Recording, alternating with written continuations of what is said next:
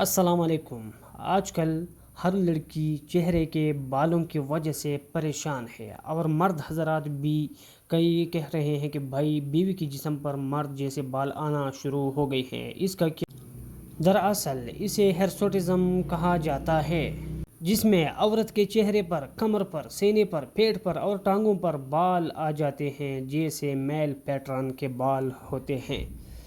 اس کی کئی ساری وجہ ہو سکتے ہیں۔ اگر میں ہر ایک پر بات کروں گا تو ویڈیو بہت لمبی ہو جائے گی۔ ان کے اوپر 2 یا 3 ویڈیوز بنتے ہیں تو میں کس لیے بناتا رہوں گا۔